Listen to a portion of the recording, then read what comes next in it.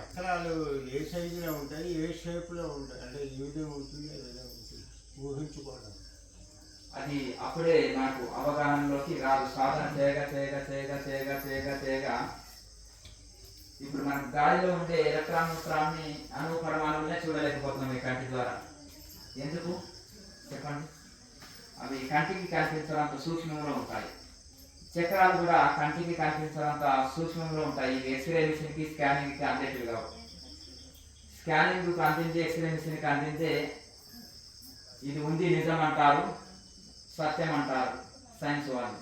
కానీ ఈ ఎక్స్రే మిషన్కి అందనివి, మైక్రోస్కోప్ అందనివి, ఎలక్ట్రాన్ న్యూట్రాన్ కంటే కూడా ఇంకా ఎంతో సూక్ష్మమైనవి ఎన్నో ఉన్నాయి. మన శరీరంలోనే ఉన్నాయి. చేతి చక్రాలు కానీ, 72,000 నాడులు కానీ, ఇంకా అనేకమైన సూక్ష్మ విషయాలు ఎన్నో ఉన్నాయి. ఇది ఎంత సైన్స్ డెవలప్ అయినా తెలుసుకోవడానికి ఇంకా చాలా కొన్ని వందల సంవత్సరాల ప్రయోగాలు చేసిన కొన్ని దైవ రహస్యాలు ఉంటాయి. ఇప్పుడు అలాగే ఎలక్ట్రాన్ న్యూట్రాన్నే ఈ కంటితో చూడలేము, భగవంతుని చూడగలుగుతాము. మరి భగవంతుడు చాలా సూక్ష్మం కంటే సూక్ష్మము, స్థూలం కంటే స్థూలము.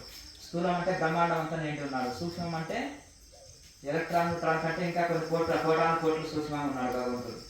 కనుక మన మనసు ఇప్పుడు ఎలక్ట్రాన్ న్యూట్రాన్ చూడాలంటే ఏ విధంగా అయితే మనం మైక్రోస్కోప్ని వినియోగిస్తామో, అలాగే మనం ఈ చక్రాలను అనుభవంలోకి తెచ్చుకోవాలంటే మన మనసు చాలా సూక్ష్మంగా వెళ్ళిపోవాలి.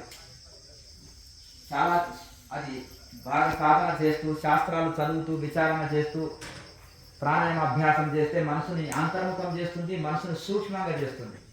ఎవరైతే పర్ఫెక్ట్ ప్రాణాయామం చేశారో మనసు చాలా సూక్ష్మంగా అయిపోయి, నిన్ననే ఒకరిద్దరు చెప్తున్నారు, వాళ్ళు ఏం చదువుకున్న వాళ్ళు కాదు, పీజీ పిహెచ్డీలు చదవలే, సాధారణ గృహిణిగా ఉన్న వాళ్ళు కర్ణాటక నుంచి వచ్చారు. వాళ్ళు పాపం 2-3 సార్లు కాబట్టి మరి ఈ శరీరం ఉందా అని కాలు చేతులు చూసుకోవాల్సి వచ్చింది. చేతులు ఉన్నాయా లేవా, ఏంటిది నా శరీరం కనిపిస్తలేదు అనే భయానికి లోనైనా అన్నారు. ఎందుకు? మనసు అంత సూక్ష్మంగా వెళ్తుంది. అది చదువుకున్న వల్ల చదువురాని వల్ల అనేది కాదు. కబీర్ దాస్కు చదువు రాదు, అంగూటి వేలుముద్ర, కానీ ఆయన ఒక ఋషి. ఆయన రాసిన శాస్త్రాలు పండితులకు కూడా తల తిరిగిపోతుంది ఆయన చెప్పిన మాటలు.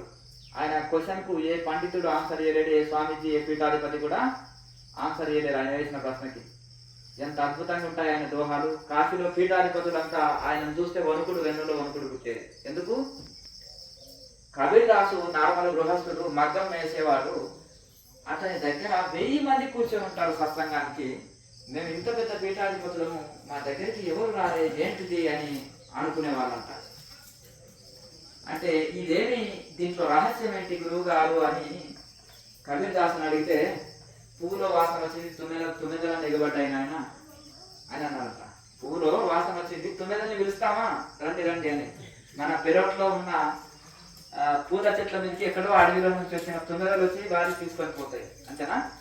పూలు వాసన రావాలి, పరిమళించాలి, అప్పుడు తుమ్మెదల్ని పిలవనక్కర్లేదు, అదే పరిగెత్తుకొని వస్తాయి. మరి ఆ పరిమళాన్ని మనం కలిగి ఉండాలి ఆయన అందుకనే అన్నాడు. అందుకనే ఇక్కడ పరిమళం ఉంది కాబట్టి మీరు తేనెటీగ లాంటి వాళ్ళు ఈ పువ్వులో మకరందం తీసుకోవడానికి వచ్చారు ఆయన అన్నాడు. కనుక అది లేకుండా మనము ఈ ఊరికి పుస్తకాలు చదివి ఎన్నో ప్రవచనాలు చెప్పినా ఇది లేదు. ఇంతవరకు జడ సమాధి అంటే ఏంటిది, దానివల్ల లాభం లేదంటున్నాడు అరవింద యోగి గారు, అరవింద ఘోష్.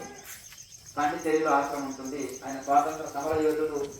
ఆయన తీసుకొని వెళ్ళి అనవసరంగా కలెక్టర్ గారిని చంపారని జైల్లో పెడితే ఆయన తపస్సు చేసి కృష్ణుని దర్శనం పొంది కృష్ణుని స్వయంగా ఆయనకు భగవద్గీత ఇస్తారు. ఆయన ఎవరిని హత్య చేయలేదు, కానీ మంచి స్వాతంత్ర సమర యోధుడు, మంచి పత్రికలు నడిపారు అవేర్నెస్ తీసుకురావడానికి.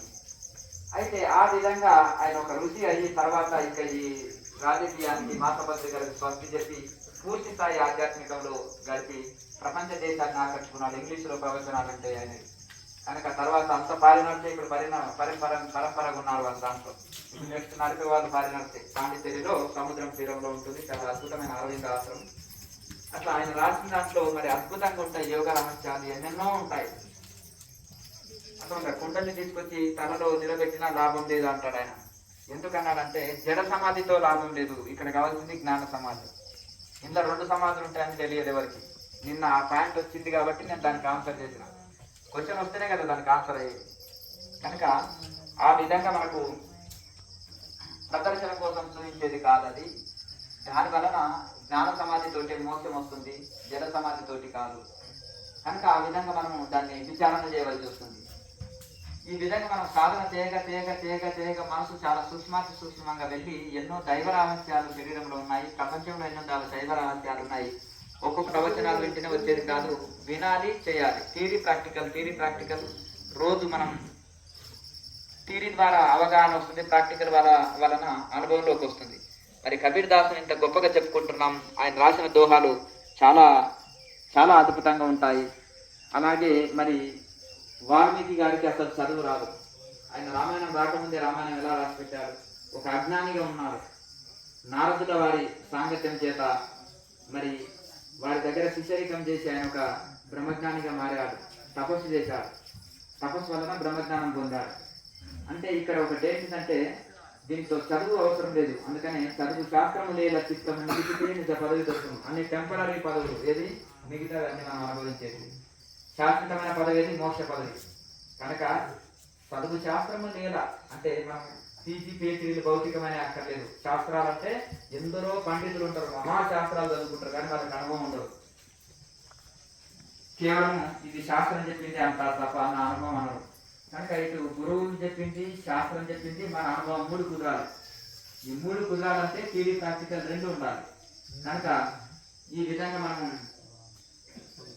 చదువు శాస్త్రము లేదా ఇవన్నీ లేకున్నా కానీ చిత్తము నిలిపితే, మనం కాన్సల్టేషన్ ఫోకస్ కరెక్ట్గా నిలిపి మనం నిరంతర ధ్యానం చేయగలిగితే, చిత్తము నిలిపితే నిజ పదవి మోక్ష స్థితిని అందుకుంటాము.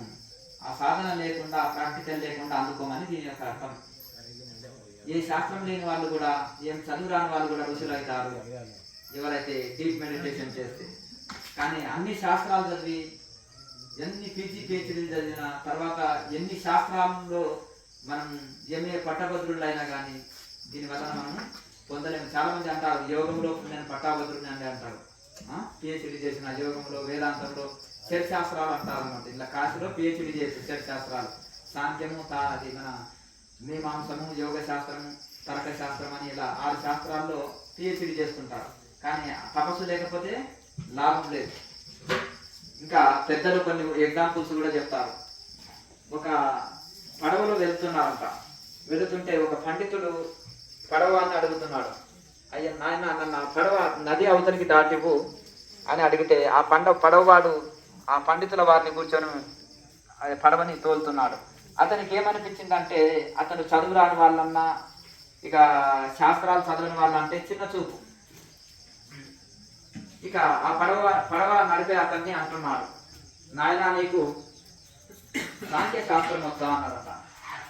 నాకు ఏ శాస్త్రాలు రావు స్వామి, చదువుకోలే అన్నాడట. ఇంకా వదిలిపెట్టవచ్చు కదా, మళ్ళీ ఇంకా గెలుపుతున్నాడు. నాయన నీకు మీమాంస శాస్త్రం చదివినావా అన్నాడట. అదేదో నాకు నా మాంసం గురించే నాకు తెలియదు, మీమాంసం గురించి నాకేం తెలుసు. మీమాంసం అంటే నీ యొక్క మాంసం అంటే దాని యొక్క మీమాంస శాస్త్రం అంటే అట్లా. ఇది తర్వాత ఇక మరి ఆయన ఇంకా అడుగుతున్నాడు, నాయన తర్కశాస్త్రం చదివినవా అంటే, నాయన నీవు వేదాంత శాస్త్రం చదవకపోతే 25% వేస్ట్ అయిపోయింది, మీమాంస శాస్త్రంతో 50% వేస్ట్ అయిపోయింది. ఇక నువ్వు తర్కశాస్త్రం చదవలేదు అంటున్నావు కాబట్టి ఇక ఇంకొక 25% అంటే 75% వేస్ట్ అయిపోయింది నాయన నీ జీవితము అని అంటున్నాడంట. ఇక పడవ బాగా పోతుంటే అక్కడిక్కడ వర్షాలు పడినాయి, వరదలు విపరీతంగా వస్తున్నాయి, ఇంకా అల్లలు వస్తున్నాయి. పడవని కంట్రోల్ చేయలేకపోతాడు, ఇక తోసుకొని వెళ్తుంది పడవ, విపరీతంగా తోసుకొని వెళ్తుంది. స్వామీజీ మీకు గీతా శాస్త్రం వస్తా అండి అన్నదంట.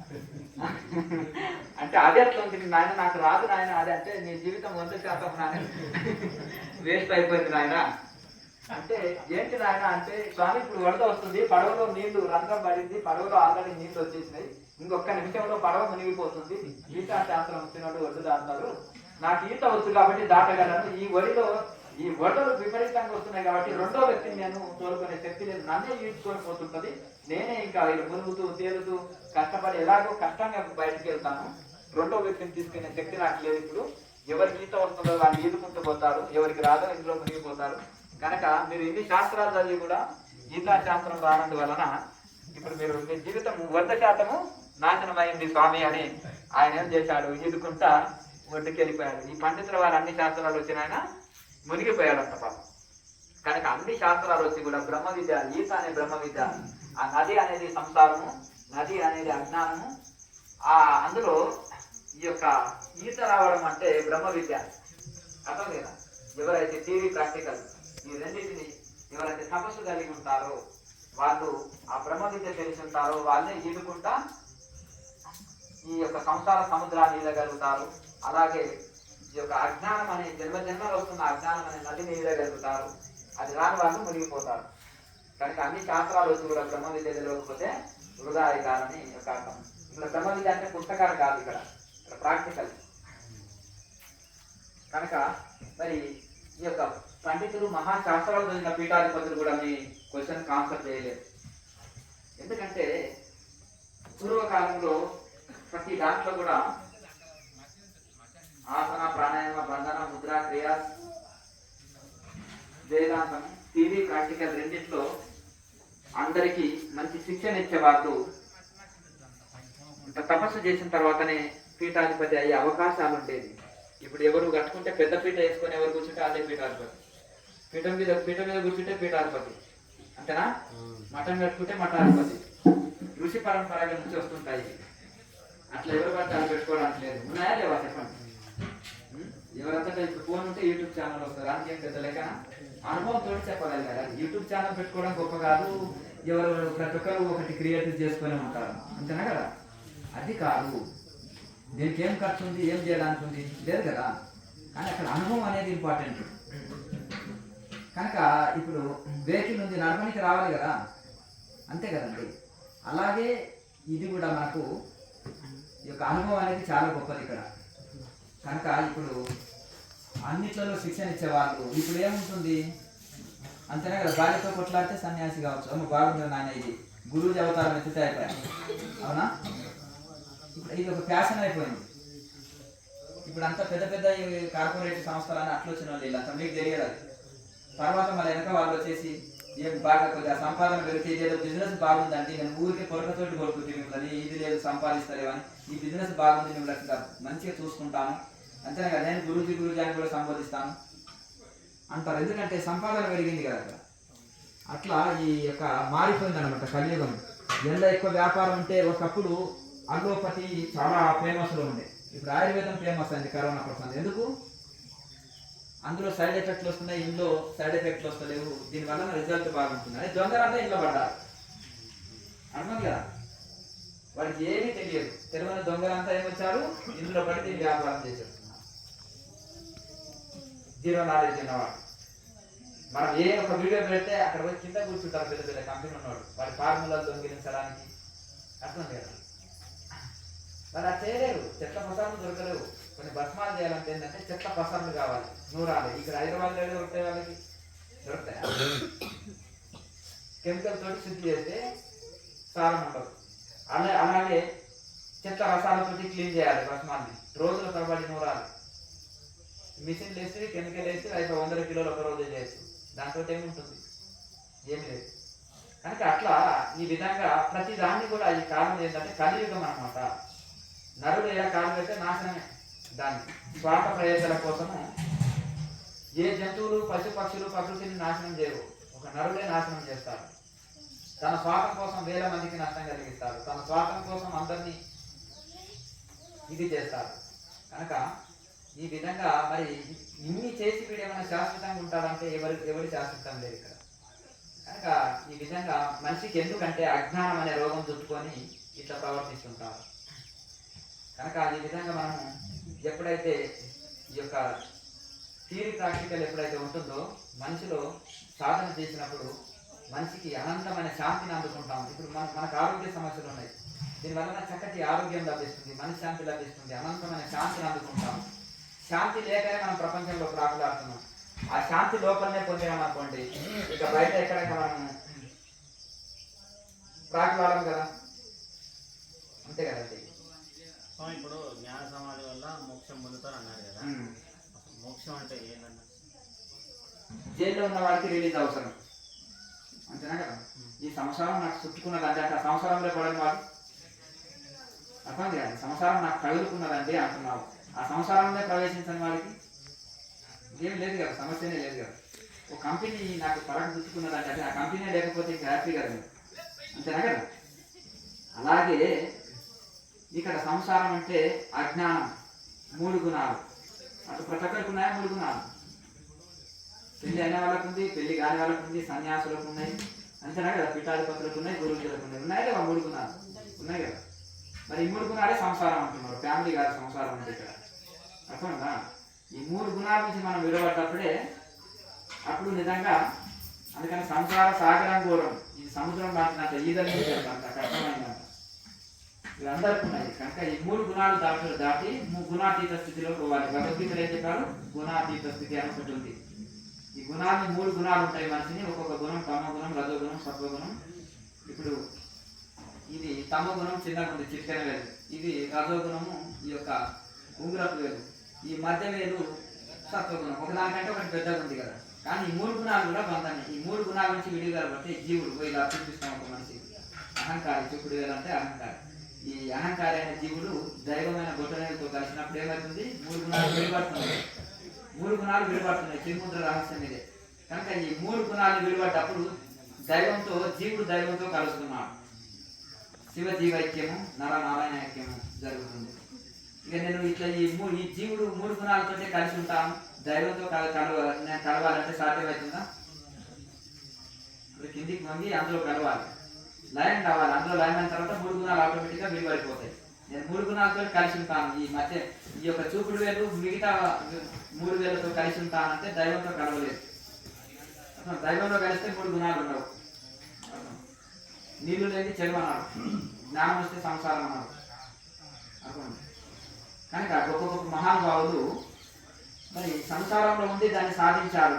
ఒకే వ్యాపకత గురువులు ఎందరో ఉన్నారు. నారి మాసేరులని ఫ్యామిలీ లైఫ్లో ఉండి పట్టణ జీవితం, 4 పిల్లలు కిరాయి రెంట్ రూమ్లో ఉన్నాడు. ఒకే ఇల్లు ఉంది, 4 అన్నదమ్ములు. మరి ఒకే ఇంట్లో సాధ్యమవుతుందా 4 ఫ్యామిలీస్? వీలు కాదు. కనుక రెంటెడ్ హౌస్లో ఉండి చిన్న జాబ్ చేస్తూ 4 పిల్లలు సంసారంలో ఉండి ఒక ఋషి ఎట్లా కాగలిగాడు? సూవి కబీర్ హే ఓయ్ అమ్మే అన్నాడు. కబీర్ ఎవరు? నేను అదే అన్నాడు. అర్థం. కబీర్ అవతారం. కనుక ఆ విధంగా మరి ఆయన మిగులు కప్పిన నిపులాగా ఉండి వారి పురాణ పురుష అనే యోగిరాజా శ్యామాచరణ లాయర్ పుస్తకం చదవండి. వారు పొందిన అనుభవాలు కానీ, వాళ్ళు సంసారంలో అంతక ఎట్లా ఉన్నారనేది ఆయన రాసుకోలేదు. డైరీలో సీక్రెట్గా రాసుకున్న ఆయన ఎక్స్పీరియన్సెస్ని నెక్స్ట్ జనరేషన్ మళ్ళీ గురు పరంపర వాళ్ళు అయ్యో ఈ గురువు గారి అనుభవాలు అందరికీ ఉపయోగపడతాయని పుస్తక రూపం చేశారు. ఎంత అద్భుతంగా ఉంటుంది ఆ పుస్తకం. ఆ పుస్తకం చదివిన వాళ్ళు తప్పకుండా క్రియాయోగం చేస్తారు. ఒక యోగాత్మకతనేమో కొంచెం దాని యొక్క మహత్వం, కొంచెం దాంట్లో ఎంతమంది ఇలా తరించారు అనేది స్థూలంగా ఇచ్చారు. కానీ ఇందులో టోటల్గా ఎక్స్పీరియన్సెస్ ఉంటాయి, చాలా అద్భుతంగా ఉంటాయి. కనుక ఆ విధంగా మనకు మరి ఎలా ఒక ఫ్యామిలీ లైఫ్, పట్టణ జీవితం నార్మల్గా అందరిలాగా జీవిస్తూనే ఒక రుచిగా ఎలా ఉన్నారు? అందరిలో ఉండు, అందరికంటే బాగుండు అంటే అర్థము అందరిలో ఉంటావు, సాధన చేస్తావు కాబట్టి అందరికంటే హ్యాపీగా ఉంటావు అని అర్థం. అందరు ఏడుస్తుంటారు, నువ్వు మాత్రం హ్యాపీగా ఉంటావు. ఎందుకు? నువ్వు సాధన చేస్తున్నావు. ఔషధం తిన్న వాళ్ళకి రోగం పోతుంది, రోగ విముక్తి కలుగుతుంది. ఔషధం తినని వాళ్ళకి రోగం పీడిస్తుంది. ఇదే భవరోగం, పుట్టడం సావడం అనే రోగం. పుట్టడం సావడం అనేది భవరోగం అన్నమాట. ఈ శరీరానికి, ఈ రోగానికి వైద్యులు మందిస్తే ఈ భవరోగానికి గురువులు మార్గదర్శకం చూపిస్తారు. ఇది అక్కడ ఏంటంటే క్రియాయోగమే దానికి మెడిసిన్. దాన్ని రోజు ఏం చేయాలి? పథ్యం అంటే నియమాలు అంటారు కదా, యమ నియమాలు, ఆహార నియమాలు, ఇవన్నీ పాటిస్తూ, ఇవన్నీ నియమాలు పాటిస్తూ చక్కగా ఎవరైతే ఆ యొక్క క్రియాయోగాన్ని ఆశ్రయించి మెడిటేషన్ చేస్తారో, క్రియాయోగ మెడిటేషన్, కనుక వాళ్ళకి ఈ యొక్క భవరోగం అనేది ఉండదు. అందుకని రాజయోగ మెడిటేషన్ అంటారు వివేకానంద స్వామి. రాజయోగం అంటే ఏంటిది? ప్రాణాయామతో కూడిన. అన్ని యోగాల్లో రాజు లాంటిది ప్రాణాయామం. మనసును అంతర్ముఖం చేస్తుంది కనుక దాన్ని ప్రాణాయామకు ఒక పేరు రాజయోగం. అందుకని రాజయోగ మెడిటేషన్ అంటారు. అట్లా ప్రతి ఒక్క వాళ్ళు కూడా పూర్వ మహనీయులందరూ కూడా అంతా చక్కగా యోగంతో కూడిన ధ్యానం చేసిన వాళ్ళు. అది చేసినప్పుడే మనకు మనసు అంతర్ముఖం అవుతుంది. ఎన్ని శాస్త్రాలు చదివినా, ఎంత ఇది చేసినా కానీ లాభం లేదు. ఇప్పుడు పెద్ద పెద్ద పీఠాధిపతులకు, మహా పండితులకి, గురువులకి వాళ్ళు యోగం చేయకుండా వాళ్ళ శరీరం రోగమయం అయిపోతుంది. వాళ్ళకి అందరిలాగా నార్మల్గా అన్నీ వచ్చేస్తాయి. వాళ్ళకి కూడా మనశ్శాంతి ఉండదు. ఎవరైనప్పటికీ కూడా సాధన చేస్తే చిన్నపిల్లల, స్త్రీల, పురుషుల, వృద్ధుల, ఏ దేశం వాళ్ళనేది భేదం లేదు. అన్నం తింటే అందరు ఆకలి పోతుంది, సాధన చేస్తే అందరికీ మోక్ష స్థితిని అందుకుంటాం. గురుగారు అది రుణబంధం ఉంటే మోక్షం దొరకదు అంటారు కదా. రుణం అంటే ఇప్పుడు మనం ఎవరికైనా అమౌంట్ ఇచ్చేది, వాళ్ళు మనకు అమౌంట్ ఇస్తే మోక్షం అనేది ఉండదు అని అంటారు. అన్ని రుణ బంధాల నుంచి విముక్తి అవుట కోసమే మానవ జన్మ వచ్చింది. అన్ని రుణ విముక్తి. ఇప్పుడు రుణం ఉంటే ఇంకో జన్మ తీసుకుంటాం, కర్మ ఉంటే జన్మ, జన్మ ఉంటే కర్మ. మరి ఈ యొక్క బూడిద అయింది, దాన్ని అంటిస్తామా? ఇంకా బొగ్గుగా ఉంటుంది, కర్రని కాస్తామంటే బొగ్గు అయింది. ఆ బొగ్గు అయితే ఇంకా అంటుతుంది బొగ్గు, బూడిద అయితే అంటది. ఇట్లా అంటే చేతులకి ఏం అంటదుగా, అంతేనా? ఆ బొగ్గు కూడా కాలే గుణం ఉంటుంది. మళ్ళీ దాన్ని నిప్పులు వేస్తే మళ్ళీ కాలుతుంది బొగ్గు, ఇంకా రుణబంధం ఉంది దాన్ని. ఇక దాన్ని మళ్ళీ నిప్పులు వేసి బాగా కాల్చిన అనుకో, బూడిద అయిందనుకో, ఏం లేదాయా బూడిద, ఏం లేదాయా సున్నా అంటారు. ఇక సున్నా అంటే ఇంకేం లేదన్న. సున్నా అంటే కర్మని సున్నా చేయాలి, అర్థమైంది కదా? శేషం చేయాలి, సున్నా చేయాలి కర్మని బూడిద చేయాలి. ఇక బూడిద చేస్తే ఇంకా దాన్ని కాల్చడానికి లేదు కదా. యజ్ఞం చేస్తే బూడిద అయిపోయిందంటే కర్మలన్నీ అట్లా కాల్చేయాలి అని అర్థం. అర్థం కదా? భౌతికమైనది కూడా ఈ ధ్యాన యజ్ఞం చేస్తే కర్మలన్నీ కాలిపోతాయి. భౌతిక యజ్ఞం కొంచెం దేవతలకి సంతృప్తి పెట్టి పుణ్యాన్ని సంపాదిస్తాం. దాని తర్వాత ఏంటంటే బూడిది కావాలి అవన్నీ. ఇక బూడిద అయిన తర్వాత ఇంకేమీ ఉండదు. అట్లా కనుక మనం కూడా ఈ కర్మని అంతా బూడిద చేసేయాలి. అది ఒక ఔషధం, భౌతికంగా చెప్పుకోవాలంటే ఒక ఔషధం. ఇంకా ఆధ్యాత్మికంగా చెప్పాలంటే ఒక ఆధ్యాత్మిక వస్తువు అనుకోండి. భగవద్గీతలో ఏం చెప్పారు కృష్ణ పరమాత్మ? భగవంతుడు లేని వస్తువు లేదు, జడమైననే చేతనమైననే.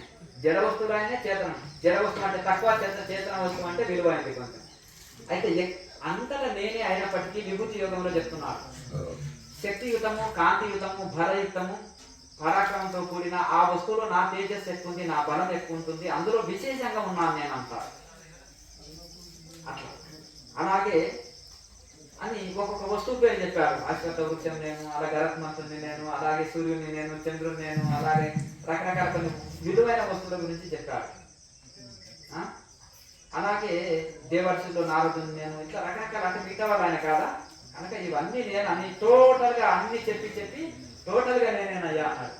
నేను లేని వస్తువు లేదు, మొత్తం నేనే అన్నాడు.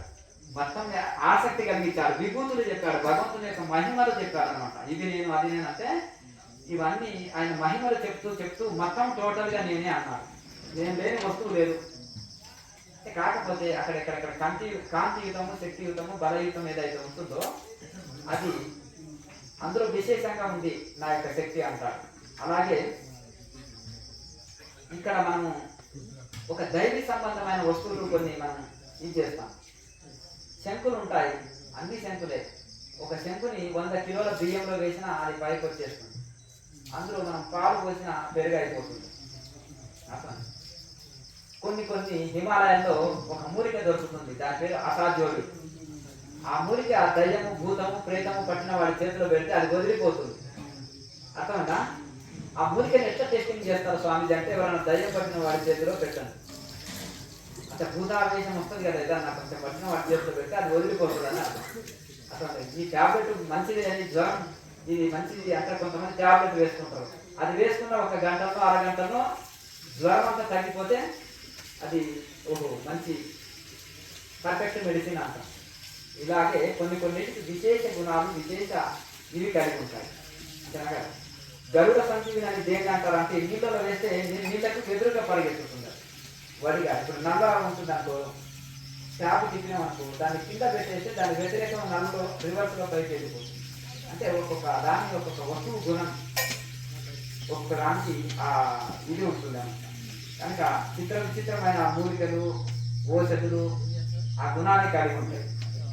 ఒరిజినల్ శిలార్పితాన్ని ఎట్లా తెలుసుకోవాలంటే, చిన్న ముక్క తీసి ఒక నీళ్ళలో వేసినప్పుడు అది మనము సైలెన్సర్లో ఇట్లా పాత బండి వెహికల్ ఇంజన్ పాడైంది, సైలెన్సర్లో పొగ ఎలా వస్తుందా అలా నీళ్ళలో అలా స్ప్రెడ్ అయిపోతుంది. అది వెంటనే గట్టిగా ఉంటుంది మనం చూడడానికి, నీళ్ళలో వేస్తే అలా స్ప్రెడ్ అయిపోతుంది.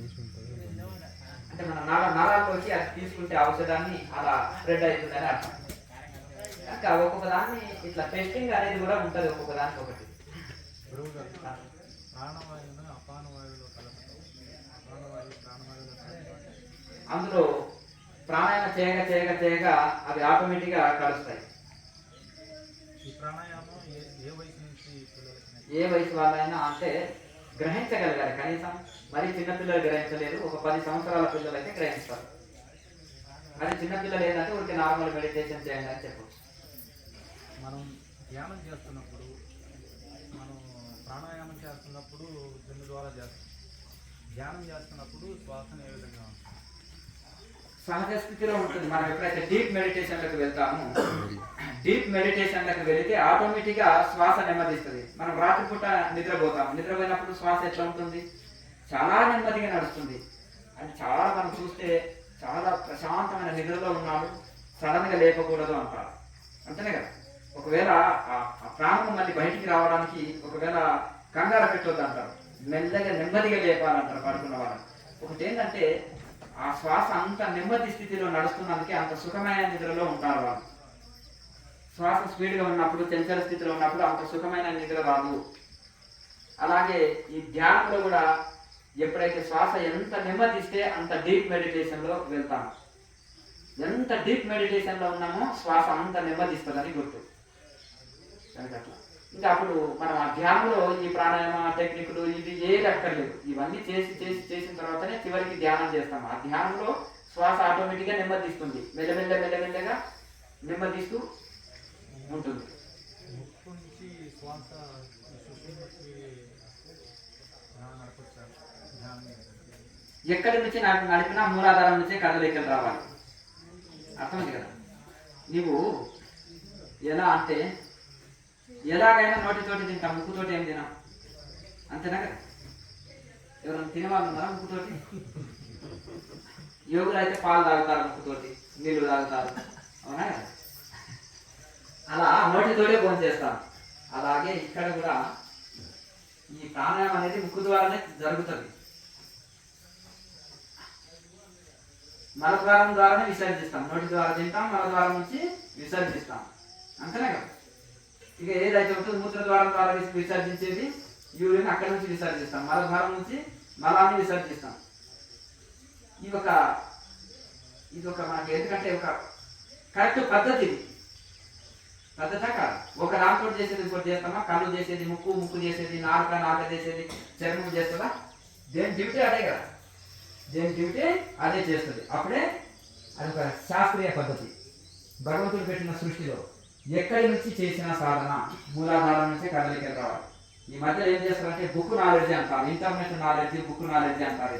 వీళ్ళు ఏం చేస్తారంటే బాగా పుస్తకాలు వాళ్ళు పర్ఫెక్ట్ రాశారు, ఆఫ్ మైండ్ రాశారు, వాళ్ళు రాశారు, వీళ్ళకి తెలియదు. ఏదో పుస్తకం అనేది చదివేస్తుంటారు. పుస్తకాలు చదవడం మంచిదే, నాలెడ్జ్ పెంచుకోవచ్చు, కానీ ఇన్ఫర్మేషనే, అనుభవం రాదు పుస్తకాలు చదివిన వాళ్ళకి, జస్ట్ ఇన్ఫర్మేషన్. అది కూడా కరెక్ట్ బుక్ కాదా, ఎవరు రాశారు, రచయిత, ఆయనకు అనుభవం ఉందా లేదా అనేది అది చదవాలి. వీళ్ళకి తెలియదు ఆ రచయిత తపస్సు చేశారా ఇదా అదా అనేది. పేరుంటే గొప్పతనం కాదు, ఇక్కడ అనుభవం గొప్పతనం. ఇక్కడ ఆయనకు రచయితకి ఎంత పేరు ఉంది అనేది కాదు ఇంపార్టెన్స్. ఇక్కడ ఆయన ఎంత తపస్సు చేశాడు, ఎంత ప్రాక్టికల్ నాలెడ్జ్ ఉంది అనేది ఇక్కడ ఇంపార్టెన్స్. కనుక ఆ విధంగా మనకు అనుభవం ఉండాలి. కనుక ఎక్కడి నుంచి సాధన చేసినా మూలాధారం నుంచే భూతత్వం. మనం ఎంత విమానంలో ఎగిరినా మళ్ళా భూమి మీదకి రావాల్సిందే. ఆకాశంలో అయితే వ్యవసాయం చేయాలి కదా, వ్యవసాయం చేయాలంటే భూమి మీదనే, అంతేనా కదండి. ఇల్లు కట్టుకోవాలన్నా భూమి మీదనే. అంటే భూమి అన్నిటికీ ఆధారం. కనుక ఆధార చక్రం ఏది? మూలాధార చక్రం. అన్నిటికీ ఆధారం అది మూలాధారం. సమస్త సాధనలకు మూలాధారం. అక్కడే కుండలిని శక్తి ఉంది, అక్కడి నుంచే మేలుకొల్పాలి. చాలా మంది ఏమనుకుంటారంటే దాని గురించి మాట్లాడరు, ఏబిసిడీల నుంచే చెప్పుకోవాలి. మొదలు ఎప్పుడైనా చదువు చెప్పుకున్నారనుకో ఓలమాల నుంచే చెప్పుకోవాలి. అది లేకుండా డైరెక్ట్ డిగ్రీ గురించి మాట్లాడడానికి లేదు, అంతేనా కదా. ఎవరు పీజీ పిహెచ్డీలు చదివిన వాళ్ళు కూడా అక్కడి నుంచి వచ్చిన వాళ్ళే, అవునా కదా. ఏం పలకపలకం బట్టి దిద్దలేదా, ఎవరు ఓలమాల నేర్చుకుంటేనే వచ్చినారా లేదా డైరెక్ట్ పుస్తకం చదివారా? చెప్పండి, ఎవరైనా పుస్తకం చదివిన డైరెక్ట్ అంటారు లేదు కదండి. కనుక అందుకనే మూలాధారం నుంచి స్టార్ట్ కావాల్సిందే. ఏ సాధన అయినా, ఏ శాస్త్రం అయినా తీసుకురాని దానికి ఇది చేయండి. ఈ మధ్యలో ఏంటిదంటే ఈ వ్యాపారాలలో దాంట్లో దీంట్లో కన్ఫ్యూజ్ చేసే కన్ఫ్యూజ్ మాస్టర్స్ అంటారు, ఆఫ్ మైండ్ మాస్టర్స్ అంటారు. ఆ ఆఫ్ మైండ్ గురూజీలు వాళ్ళ హిస్టరీ నేను పరిశోధన చేసినాను. అసలు వీళ్ళ స్టోరీ ఏంటి దాన్ని చూస్తే, ఈ రియల్ ఎస్టేట్లో ఇవో పెట్టేసి విపరీత లాసులు అయ్యి ఏదో పుస్తకం తీసుకొని అది చదివి ఒక యూట్యూబ్ ఛానల్ పెట్టుకొని ఫేమస్ అయిన వాళ్ళంట. మరి శరీరం కనీసం కింద కూర్చొని ఒక ఆసనంలో కూర్చొనే స్థితి లేదు, కింద కూర్చుంటున్నారు. ఇప్పుడు మీరు ఇంతమంది అర్థమైంది కదా. ఒక పెద్ద పీట వేసుకొని కూర్చోవడం, పాద పూజలు, హంగామా, ఆర్భాటాలు.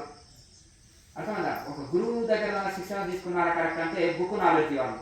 నేను బాగా పరిశోధన చేస్తాను. ఎవరైతే గురు పరంపరలో ఉన్న వాళ్ళు రాంగ్ మాట్లాడరు, తప్పుడు ఇన్ఫర్మేషన్ ఇవ్వరు, అనుభవంతో పలుకుతారు. ఏదైనా కానీ ఇట్లా ఆత్మహత్యలో పలుకుతున్నారంటే అది ఒక శాస్త్రీయత లేని మాటలు వక్రీకరించి వాళ్ళకి అనుకూలంగా శాస్త్రంలో ఒక అర్థం ఉంటే ఈయన ఇంకొక అర్థం చెప్తారు. అర్థమైందా? ఇంకా వీళ్ళు పుస్తకాలు రాస్తే ఎట్లుంటుంది. కనుక ఆ విధంగా ఏ వివేకానంద స్వామి కంటే గొప్పవాడివా, కృష్ణ పరమాత్మ కంటే గొప్పవాడివా నువ్వు? ఉత్తర గీతలు కృష్ణ పరమాత్మ ఏం చెప్పాడు, ఉపనిషత్తు ఋషులు ఏం చెప్పారు,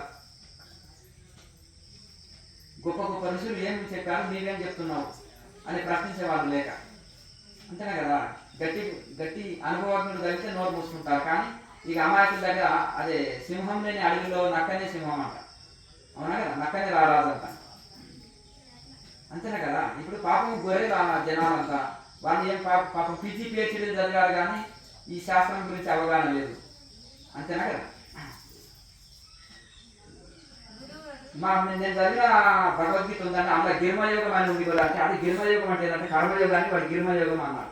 అది ఉంటేమో అనుకుంటాడు, నువ్వు గ్రేట్ అంటే నువ్వు ఇది ఎవరు చెప్పలేదు, ఇది ఉంటేమో అదొకటి అని అనుకుంటాడు. అంతేనా కదా. అంతేనా. కృష్ణ పరమాత్మ గీత కాకుండా ఊతా కూడా రాశాడంటే అంటారు అనుకోండి, అది ఒక శాస్త్రం ఉందేమో అని అంటారు. ఎందుకు తెలియదు కదా. ఆయన పాపం ఇంజనీర్ ఉన్నారనుకో, ఆయనకు ఆ సబ్జెక్ట్లో బాగా గ్రిప్ ఉంది, సైన్స్లో ఉంది, ఇంకేదన్నా మ్యాథమెటిక్స్లో ఉంది. ఈ సబ్జెక్ట్ స్కూల్లో కాలేజీలో ఉంటే ప్రశ్నిస్తుండే. ఇప్పుడు ఏదన్నా మనం సైన్స్లో కానీ మ్యాథమెటిక్స్లో కానీ మేము చిన్న అపశబ్దం పలికి ఎంబడే పట్టేస్తారు మీరంతా. ఎందుకు? ఆ సబ్జెక్ట్లో చాలామంది పర్ఫెక్ట్ ఉంటారు. కానీ ఆధ్యాత్మికంలో ఎన్ని తప్పులు మాట్లాడినా ఎన్ని ఇది చేసినా అంత తప్పు పట్టారు. ఎందుకు? తెలియదు కదా. తెలిస్తే కదా. అంతేనా. కనుక మరి ఆ విధంగా మీరు ఆ సబ్జెక్టు తెలియదు కనుక మీరు అంత ప్రశ్నించలేరు, ఇదే నిజం అనుకుంటారు. ఇప్పుడు జరుగుతున్న అవకతవకలన్నీ అంతే. ఇప్పుడు పెద్ద ఫేమస్ అయిన వాళ్ళు కూడా హెలికాప్టర్ గురించి కూడా రాంగ్ మాట్లాడుతున్నారు స్పిరిచువాలిటీలో. అలానే అడిగేటోళ్ళు లేదు, ఎందుకు? మీకు ఆ సబ్జెక్టు తెలియదు కనుక. సబ్జెక్టు తెలిస్తే ఇది తప్పని ఖండిస్తారు.